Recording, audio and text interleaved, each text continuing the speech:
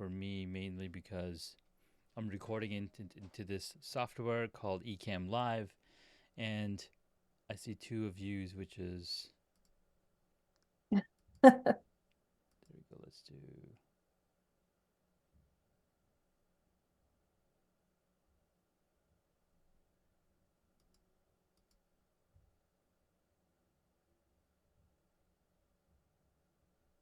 pin.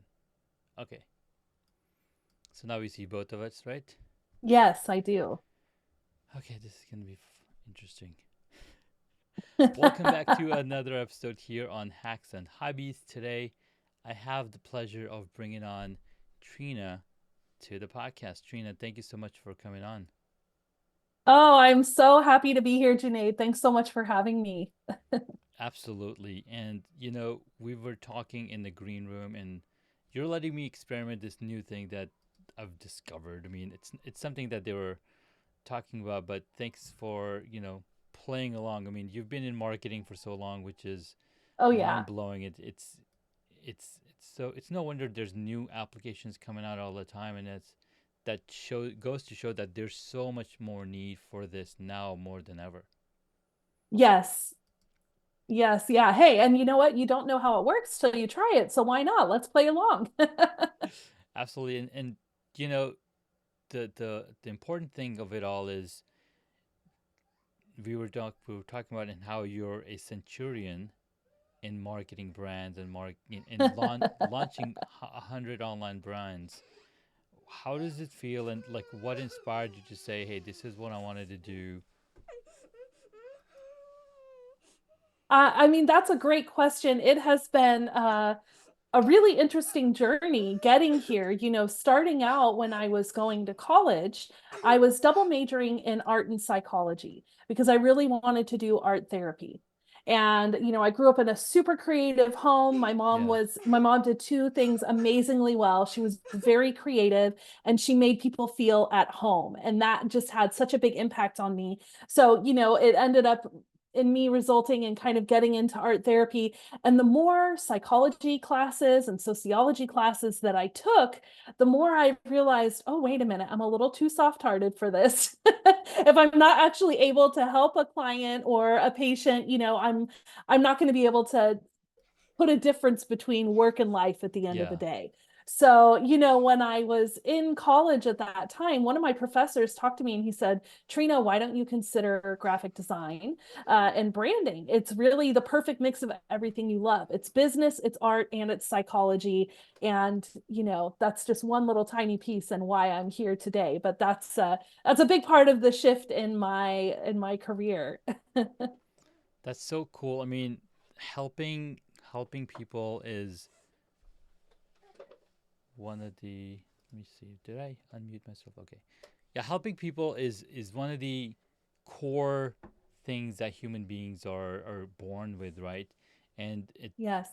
and building that um, network of connections and building the empathy. I'm all over the place. My daughter just came in Yeah, we crying. can I'm not restart. not even We sure. can restart if you Yeah, we need. can. And her brother apparently punched her. Hey, if you need a daddy moment, you go for it. Hold on. So tell me if you can still hear me. I'm going to mute this mic.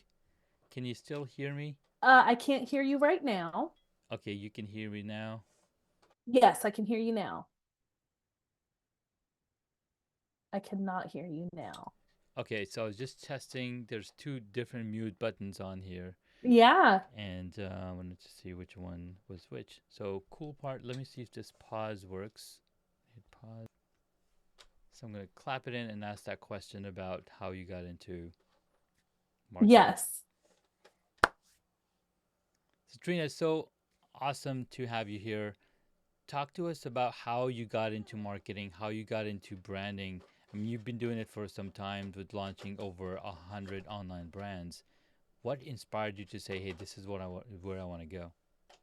Yes, that's such a fun question because this is not where I thought I would be in my career. When I started out, growing up, I grew up in a very creative home. When people were coming over for dinner, we threw a tablecloth on the table, not because we wanted to look fancy, but because we needed to cover up all the paint and the glue guns and the glitter, right? So that's the kind of home I grew up in. So I really started my career by kind of focusing more on art. And, my mom was this incredible woman who was really good at two different things. She was incredibly creative, and then she knew how to make any stranger feel at home. And so it had a really big impact on me. And as I started getting into college and considering what career I wanted, I actually started by going to school for art therapy. So I was double majoring in art and psychology, and I really wanted to work with children and be able to help them express through art what they're not necessarily able to express through language. So that's where I started, which is very different than getting into branding. But as I continued down that career path and that education path, I'm going through my psychology classes and my sociology classes, and I just realized, wait a minute, I'm way too tenderhearted for this. Like if I'm not able to actually help a child or help their family find the resolution they need, I'll never be able to separate life from work, and that's not good for them or for me. So my art professor at the time said, Trina, why don't you consider branding? It's the perfect blend of everything you love. It's art, it's business, it's psychology. And so that really opened the door for me to start digging into that and shifting my career in that direction. And I had no idea when I started in college and then started this agency over 18 years ago. I had no clue that this was where I was going to be and working, with the kinds of people I work with. So it's been amazing. I can't believe it's been, over 100 brands launched and um, even more lives impacted, which is really what matters at the end of the day. Yeah, I the thing that I love most about your story is you knew exactly what you wanted, and Hmm. with a quick readjustment of your path. I mean, you still did art because branding is art, marketing is art. You know, Yes. it's a type of art. You're using colors. You're using all sorts of supplies in the closet in the stationary space to build a brand and create all of the things that are going to matter. But then you're also continued on that passion, which became into this huge, massive company that you're able to say, "Hey, I built this, and I'm Yes. excited to bring these impacts to the brands, to the people involved, and continue to moving forward." Yes. And what's so fun is that with branding, I think what I've enjoyed most over the years is understanding how much psychology is involved. Because, if you think about it, your brand is like your fingerprint, it's a reflection of you, right? So even when your brand is meant to impact your audience, or if you're selling a product, there's still some part of you that is in that brand. So what's really fascinating for me is I get to work with different thought leaders to help go through the brand strategy and really uncover what is the brand personality, how do they need to connect with their audience. So it's all these fun different avenues you get to really think through. And actually the name of my company is Left Right Labs, and so that's also kind of from that psychology perspective of the left brain and the right brain. And you have people who are more analytical and you have people who are more emotional, and so really trying to think about a person's brand from all those perspectives. And it's fun. It's like juicy to dig into every day. I love it. That's so amazing. So it says you are a co-founder. So is there another person around, with you in the company as well? Tell us. Absolutely. This is actually a funny story too. So it's my best friend, and everybody says don't go into business with your best friend. But we are complete opposites. I mean, in every way, she is very much the left brain of Left Right Labs. Her name is Gretchen, and we actually met each other. We were going to the same church. We were part of a 20 and 30 something worship team together. So she was just this really cool drummer lady, and she was actually my youth leader when I was in youth group. And then I got to know her over the years. We ended up in this 20s and 30s band for worship team. And then that turned into, we ended up starting a band together with a few of our other friends from church. we had a band for 10 years, recorded an album in Nashville, got to do some fun things touring around. So it was really interesting over the years. We'd started working together even while we were in the band, but we didn't realize till years later that our roles in the band actually kind of mirrored what we were doing in our business as well. So yes, Gretchen is the official founder of Left Right Labs, and I am the co-founder. But it has been so much fun, and we're still best friends to this day. So that's pretty remarkable, if you ask me. No, that's really powerful because when you're able to work in a band with somebody, that already shows you that you guys have the rhythm. You're able to, go with the flow in that music, and you're Yes. able to, put it all together. And because of that, I think that's also goes to show how, like, why the people in the band can work together in the company as well, because a company is Yes. kind of like a band also. If the drum is off, if the bass is off, if the guitar, the music is not going to sound good, right? So I think a Right. company is similar to a band. And I love that you were in a band, because I was in a band a little while back. I Oh, used to amazing. sing. I learned to play Yes. the bass. I had trouble playing the guitar, but it's so cool. I love it. Yeah, thank you so much. Yeah, I'm a vocalist. And so Gretchen was the drummer, so she kept us on beat, and I was kind of the emotional connection, right? Yeah, And so it's so funny when you think about the structure of our company, how much that fits together. But it's also had this other really cool side effect is that we know how to read a room. We mm, know how to connect with people. And that has been such an asset for us when yeah. we're working with someone on their brand and kind of thinking from a different perspective. So it's been a lot of fun. I absolutely love that. When you're able to read the room, when you and from the different perspective, right? Because you are the right brain and she's the left brain, and you're able to Yes, see different things in that room because of your predisposition, or how your brain works. It's pretty cool, because now you can fill in the gaps that they might have, and then vice versa. that's exactly it. Yeah. So it's always kind of a funny thing. We'd had our agency together for probably 12 years before we realized, wait a minute, this started way back when we were in the band. And then we realized we went from bandmates to best friends to business partners. And that's a pretty wild ride. So technically you didn't go into business with your best friend, because she became your best Mm. friend after you guys were in a band together. During that process, yeah, you're right about that. We were friends at the time and we're best Yeah. friends now. So that's a Yeah. very good point. Yeah. Well, I like to see those nuances and those little things. Yes. So, talk to me about how you were able to land some industry leaders like Layla Ali and JJ Virgin and some of these other, like New York Ad Council, for as clients in your business. Yeah, I think at the end of the day, regardless of what industry you're in, it just really comes down to following through on your word Mm. and being open to new opportunities and having conversations with new people. We started our agency together back in 2006. And at that time, we say that we worked with anybody who had a pulse and a paycheck, I know that which is kind feeling. of how Like, it, come right? on, I want to Kind of work. how it is anytime you start a business, right? Yeah. And over the years, we started kind of refining our process and uncovering who it is we like to work with. And we realized there was this golden thread around thought leaders and Mm. really just finding people who they were in a position, not necessarily of starting a new brand, but actually looking to rebrand. And Mm. that's a really different place to come from. So, Mm-hmm. for us, we found that being able to help people think about, okay, you're at a crossroad in your brand, you're facing a pivot of some kind, and you're trying to look at what are the pieces from my history that I'm most known for that I don't want to lose. I want to still be recognized for that. But I also really want to move forward and show people what's new and what I have to bring to the table.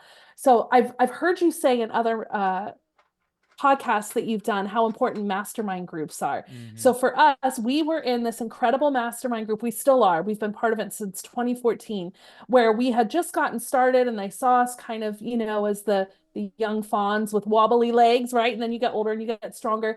And our mentor at the time was actually the one who said, ladies, I don't understand why you're not out there working with the thought leaders. I know the quality of work you do. I know the attention to detail that you have and the amount of follow through that your team has. Like Yeah. that's really who you should be focused on. So, we took fast action on that idea that really hit home. We immediately went to our website and updated our language. We couldn't do a visual rebrand overnight. We couldn't, swap out our entire portfolio, but we Mm. we went and changed the language and we started in new conversations of networking or meeting people, having calls using that language around that we work with thought leaders. Nice. And 4 days later, 4 days later, we got an email from a network partner that we have that said, hey, we have this incredible client in the fitness industry. I know that you guys have a large specialty in the health and wellness space, and I hear that you work with thought leaders. Would you be interested in meeting with this person? And it turns out that was Layla Ali. And for those of you who may not recognize her name immediately, I'm certain that you would recognize it if you think of also who her father is, Muhammad Ali, the greatest of all time, right? Yes. And so, that because we were willing to listen to what our mentor said and say, okay, we're going to make that change. We're going to put that out there. And of course, like, thank you, Lord, for this Mm-hmm. opportunity, right? And Mm-hmm. I'm a Christian. So for me, I'm like, okay, God, that was not a mistake. And so we got on our first call with her and she'd seen the list of clients that we had. We'd already at that point been working with the New York Ad Council for years. And a lot of those jobs started out as a really small foot in the door. Of And when they course. saw how much attention to detail and care that we had in that one small thing, that turned into bigger things. So Yeah. yeah, it's been incredible. Layla started with us in 2019 and is still a client of ours, and it's 2024 now. And it's incredible.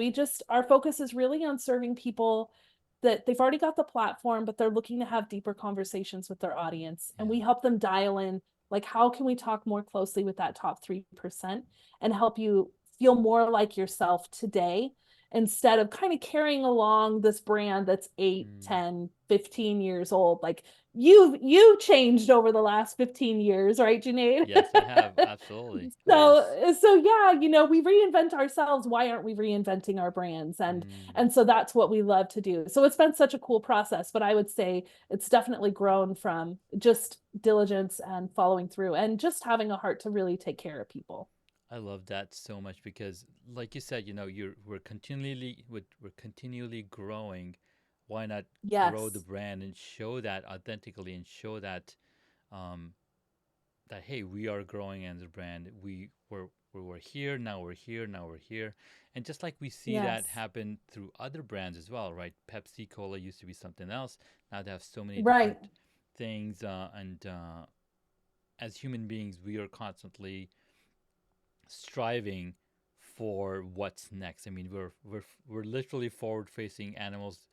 We're the only species in the planet that can see forward more than we can see backwards. If Yes. other animals, they're able to see behind them as the same time as they can see forward because they want to make sure that they're Yes. not attacked. Yeah, that's such a good point, and it's just interesting because when we think about what a brand is, most people tend to think that a brand is your fonts or your colors or your logo. And that's like this little 2% Yes. piece of your brand, but also it's the easiest thing to feel like we've made a real change. Oh, we've made a visual update. So, when clients come to us, we've heard things like, ladies, my brand is dusty, Yeah. or I really just think I need a visual update. And we're like, yes, 100%, we can help you with that. But let's go deeper. Like, let's Mm. really figure out where you're going. And I think, especially today, regardless of whether you're a thought leader brand or you are a company brand, it's really easy to keep up with things like social media, Yeah. like podcasts. We're on stages, we're doing all these things that have that upfront visibility, but then we forget about, where do all those things lead to? Like, all roads lead to Rome, all roads lead to your website at the end Mm-hmm. of the day. Oh my So, God. we really get to go through that work of helping our clients think about, like, let's look at this from the really big picture and make sure it all syncs up, because then that's actually caring for your ideal clients Mm. at the end of the day, and it's helping them trust you more. And also giving you opportunity to work with them and earn income from working with them. So, making Awesome. all those little threads come together is so fun. Man, I love that so much because it it's evoking all these things that I have for my own brands, right? I have four different brands, right? I Mhm. have my Super Yes. Janae, I have the Hacks and Hobbies, the Home Studio Mastery, the Humble Zone, the Techno Junkie that I handed off to my kids, so now they call themselves Techno Junkies with their YouTube channel and I whatnot, love that. right? But it's like it all comes back to me. Like people ask me, "What's Humble Hmm. Zone?" I'm like, "Oh, that's a company that I've been running for the past 20 years that we do blah blah blah." I'm like, "Oh, I had no idea," and I'm like, "Wow, I haven't really been telling a cohesive message, or I'm just being the person who I am, which is a dad and Yeah. somebody who loves tech and whatnot." But it's really cool to see what that looks like, and over the years, because I come from a little bit of marketing and branding and in design Yes. background as well, I'm like, how can I show that cohesive picture? So what you're saying is resonating, and we need to work together on some cool projects for sure. That would be so fun. Yes. Awesome, Serena. So let's take a quick break. I love how this is coming together, and when we get back, you're going to share 3 hacks for our audience to implement for their branding needs, Yes. and unleashing, what did you say? How to create that unstoppable brand. That's right. Hey guys, welcome back. We've been talking with Trina here on the podcast. Super exciting conversation. She's been branding, she's been marketing for 18 plus years, over 100 online brands launched. Worked with some amazing folks like Layla Ali, daughter of Muhammad Ali, if you don't know who that is, um, the greatest. In fact, talk about Muhammad Ali. Recently, I saw that Will Smith did an interview in Dubai with somebody, and he was talking about how he read the entire Quran during the month of Ramadan. And he's talking about how the Mm. Quran was so clear. And this took me to a video back in 2001 where Will Smith, as a young man, came on stage next to Muhammad Ali, and they were both talking about how, Muhammad Ali is Muslim, and, people were labeling Muslims as terrorists back in 9/11, and how that's not true. And the reason, I was like, So sad. why is Will Smith here in the picture? And turns out Will Smith played Muhammad Ali in the movie. Right. Yes, I was gonna say, I mean, wow, who knew that like that would get to happen in his future? How incredible. Yeah. It's absolutely insane where people come from and where they're going, and we just got Yes. to keep pulling on our thread and keep building our brand and keep building those connections that, like you said, communicating and teaching people along. So you've got a few hacks for us that we can implement. I do, yes, about really creating an unstoppable brand. And before I get into the hacks, I just want to explain a little bit about most people, especially if you have a brand that's been around, let's say 8 to 10 years, Mm. the things I'm about to talk about, you might be doing, but you might be doing them in the wrong order. And Ah. that is really what we find, being a rebrand strategist, working with our clients, that's what we find. It's like, okay, you have a whole bunch of the pieces, but I want you to think about it like a combination lock. Mm-hmm. So, when we think about helping somebody build a brand and something for you guys to consider for your own brands, you really need to go through the process of getting clear, then getting noticed, then getting paid. So now this is if you're looking at like pushing to the next level, right? Mm-hmm. Otherwise, start with getting paid. That's number one. Okay. If you're just starting out, start by getting paid. But once you're established enough and you're looking to push to that next level, getting clear is really giving you that chance to increase your revenue by actually offering the right products Mm. to the right client at the right time. And then when we think about getting noticed, that's where you're actually creating that instantly recognizable brand. Yeah. You've got the brand visuals, you're bringing the brand voice together, you're putting it together in a way that your ideal clients can't ignore. And then getting paid is really going through and optimizing that customer journey, all the different touch points. When we think about what those are things like your emails, your landing pages, your social media, all these different little touch points that all lead to that same home of your brand. And so, really dialing that in.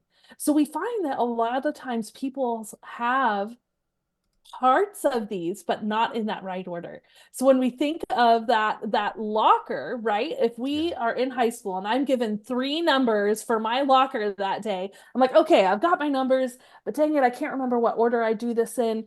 I've got the three numbers and I put the wrong one in first, second, third. If I don't put those in the exact order, that combination lock is not going to open for me. Mm. So when you're going through and you're looking at scaling your brand to the next level, I want you to start right now by getting clear. And I want you to get clear on your business model first. Like, what is it? Let's say you've had a brand around for 10 years. Chances are there are things that you're doing differently today than you were doing 10 years ago, and that you want to focus more time and energy on. So, one of the hacks that I would give you is to go through and take a look at what are the offers that you have in your current brand that no longer serve you. Like anytime a client tries to purchase this one thing, you inwardly groan and you get so mad at them. Well, you're the one still offering it. So get rid of it. Pull it off of the services list. Mm. Or, if you're feeling like, okay, I want to dedicate time to creating a new initiative in my brand. Maybe I'm creating a new product. Yeah. I want you to stop and think about first, are there any parts of your brand or your products that are 80% of the way there, that by not finishing, they're just going to bring more kind of chaos to the back of your mind? So go back to those products that are 80% of the way there, get them completed, and then that's going to open up so much more creativity for you as you're focused on a new initiative. So that is the one piece of getting clear, that I would say you could take action on that right now. Getting clear is reviewing that business model, it's reviewing your offers, it's finding out, okay, now that I've dialed in what I actually love to do, and I've gotten rid of the fluff, now I can go back to who my ideal clients are now, Yeah. today, for what I want to do. And then what you're doing is you've built a business with even more integrity, because it's all services you actually love to deliver on, or products that you're excited to offer to your ideal clients. And then from there, it makes it a lot easier to market. Your money's going to go further Mm-hmm. because you are offering the things that you want to offer, and guess what, that your ideal clients are excited for you to offer. So that's the first tip, is really getting clear and giving yourself permission to just cut the wrong products off of the list. Okay, that's hack number one. Yeah. Hack number two is, when it comes to getting noticed, this is really thinking about your brand visuals and your brand messaging and the website. I want you to really stop and think about, does your brand right now resonate more with you or with your audience? Because at the end of the day, I want them to like it more than you do. Because Yeah. that's who you're here to Yeah. serve, right? Exactly. Yeah. Mm-hmm. So when we really stop and think about that and challenge ourselves, you should like it as well, but they should like it even more. It should really be like they land on your website or on your social media page, or they hear you in a podcast and they're like, oh my word, this person is speaking exactly to me. I'm at home. This is what I'm looking for. If they're not getting that feeling right away, then you need to step back Mm. and probably go and interview some of your favorite clients and ask them what they loved about working with you. And that's what you need to dial in more. Yeah. So that would be the hack for getting noticed. I love that. And then when we think about the third hack around getting paid is taking a look at your ongoing funnels, the products that you offer, the touch points. So, this is especially funny when we think about businesses that have been around for a while. When is the last time they went through their own email campaigns, or their own funnels? And so, we've had clients where we've gone through and done a funnel review for them, and these are funnels that are already seven-figure funnels, but we're just finding all these little leaks. Mm-hmm. So go back through them, have someone on your team, or bring in somebody new to review, hire an agency to review, whatever that looks like for you, but that is going top to bottom. So I mean, starting from your ad, reading the ad content and looking at the visuals, then seeing what landing page that takes them to, fill out the forms, read the emails that come with them, test the links. Like, those are the places where you could have a really well converting funnel, but Mm. it's got all these little leaks in it. And now you can just patch those up and it's Yeah. going to convert even better. When we think of sailing, they tell you that if you're even 2 degrees off on your heading, Mm-hmm. that you're going to end up in a completely different place. Oh It's yeah. the same thing, with your funnels. So that's a really quick way to get paid without having to create anything new. Mm-hmm. Just go right through the funnels you already have and see where the leaks are, and you're going to be amazed at the cash you're going to find without creating anything new in your business. So those are some epic hacks that I'm going to be putting a few of those to use for sure, because Do talking it. about those 80% projects that are 80% done, and then you just Yes. get stuck into life, right? You get stuck in, you're like, oh my Yes. god, I was gonna do that, but I'm now gonna go do this other thing, and then you see this new shiny object. You've got Groove, you got ConvertKit, you got so many different tools that are saying, "Go, Yes. come to us." But the fact of the matter is, what you already have is going to do really well if you just paid a little more time on it. Yes. And that's why I think it's so easy, especially because marketers are so good at what they do. It's so easy to get caught up in tools and tactics. That's the shiny things, right? Yes. That makes us feel like we're getting momentum. But when you can slow down enough to get really clear on where you want to go and do a thorough scrape through that, Yeah. man, you're just going to be amazed at how much lighter you feel. You lose 30 pounds, and it was just by going through your business. Yeah. Wow, that's really epic. I love it. Thank you so much, Rena, for shining a light on stuff that we can already be doing without having to spend a lot of money, or without having to reconfigure a lot of different things. Because we, like you said, we already have all of the pieces. You just got to put them in the right order. Yes. Yes, absolutely. And it doesn't seem to matter what size of business you have, whether you're 5, 6, 7, or 8-figure business. Every single client we've worked with, this is that same order: get clear, then get noticed, then get paid when you're looking to push to that next level. So this is valid for anyone that is listening today. Fantastic. All right, so next up, we've got the segment with the most fun questions ever. And you probably heard some of those hobbies that people wanted to do. So let's hear yours. What is the one hobby that you wish you got into? I have always wanted to get into archery. I just think that would be so much fun. Archery or fencing. Deep in my heart, I'm a warrior princess. Like, if anyone has seen that Pixar movie Merida, I'm Mm-hmm. just like, you know what? That would be so fun. So Nice. yes, definitely archery or fencing would be things I would like to get into. I love that. Next up, what did you want to be when you were a child? This is funny. It went a couple directions. Started off wanting to be a detective. Then I wanted to have equine therapy. So basically being able to help differently able people Mm-hmm. get better health through working with horses. Mm-hmm. So that was part of it. And then also, Broadway, because why not? Yeah. Well, I think you covered a couple of the bases with what you're doing right now. Yes. So Well, and it's so funny. I moved to Texas a few years ago, and when I first moved here, I thought, "Oh, I would love to go and volunteer somewhere." And I found an equine therapy place, and I wasn't remembering yeah. that was something that I had considered doing as a child. And I cried the first day I was there because I had that realization and I saw Mm, how incredibly well it was built out, and I was like, "Wow, seventh grade Trina is having a moment right now." It was incredible. It's such an amazing place to that's so support. cool. And talking about being a detective, I mean, you are a detective for brands, right? You're finding all the Absolutely. things that are not working for them, and telling them how to work it.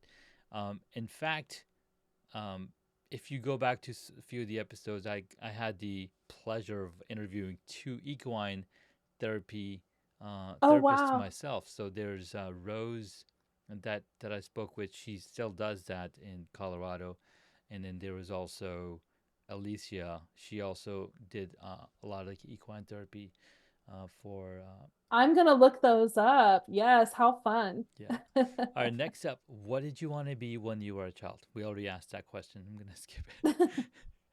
What is your favorite movie or TV show? Favorite TV show by far is Gilmore Girls.